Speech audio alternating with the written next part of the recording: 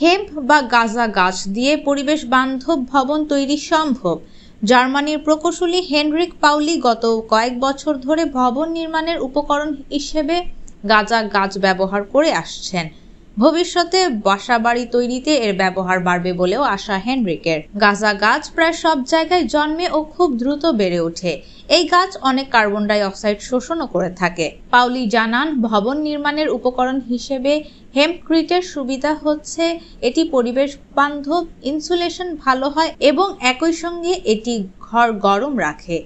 আর অগ্নি নিরাপত্তার কথা ভাবলে এটি একেবারেই দাহ্য নয়। এটি খুব ভালোভাবে স্যাঁতস্যাঁতে ভাপ শোষণ করে এবং আবার ছেড়েও দেয়, অর্থাৎ আর্দ্রতা নিয়ন্ত্রণ করে।